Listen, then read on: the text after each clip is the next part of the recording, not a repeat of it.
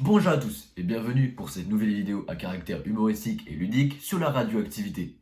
Oui, ce truc qui dans la pop culture et littéralement dans les jeux vidéo est considéré comme monstrueux, voire un peu ouf, voire horrifique en fait, hein. Mais qui pourtant a permis de révolutionner la science telle qu'on la connaît aujourd'hui, surtout en point de vue des énergies. Cette découverte d'ailleurs fut l'objet tout simplement de trois icônes. Ces trois icônes, dont un qui est un peu moins connu, eh bien, tout simplement a bercé le monde de la science. Alors, installez-vous confortablement et prenez une feuille et un stylo, parce qu'aujourd'hui, je vais vous raconter l'histoire de la radioactivité.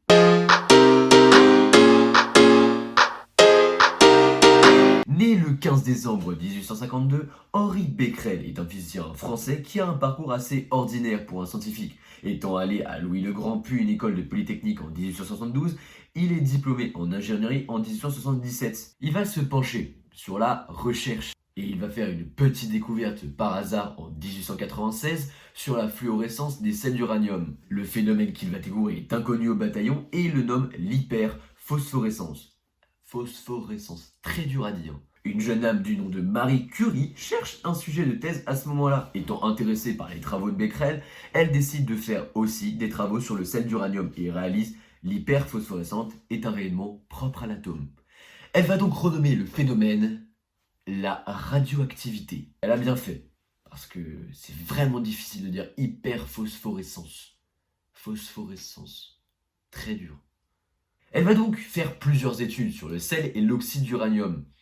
Elle va découvrir que certains minéraux, dont le peuchblanc, ont une radioactivité bien plus élevée que attendu et en conclut, après des vérifications, que le peuchblanc contient un élément inconnu bien plus radioactif que l'uranium. Son mari, Pierre Curie, va décider de la rejoindre et à eux deux, ils vont essayer d'isoler les éléments et ils réussissent à isoler deux fractions très radioactives, ce qui fait de nouveaux éléments, le polonium et le radium. Les trois esprits, Becquerel, Pierre Curie et Marie Curie, vont du coup avoir un prix Nobel en 1963. Pierre Curie meurt en 1906 et Marie continue les recherches seule, puis avec sa fille aînée, Irène. En novembre 1929, elle publie un article dans le journal de la physique et le radium sur les propriétés du radium. Et en voici un extrait. Le radium est une substance dont la vitesse de destruction est faible et pour mesurer cette vitesse, il faut, en principe, faire porter les observations sur un grand nombre d'années.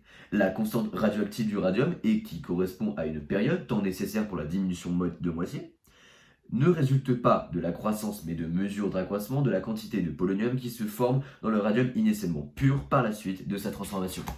Et voilà pour cette petite histoire, j'espère qu'elle vous a plu et on se retrouve bientôt sur internet après cette petite phrase de fin d'un grand philosophe.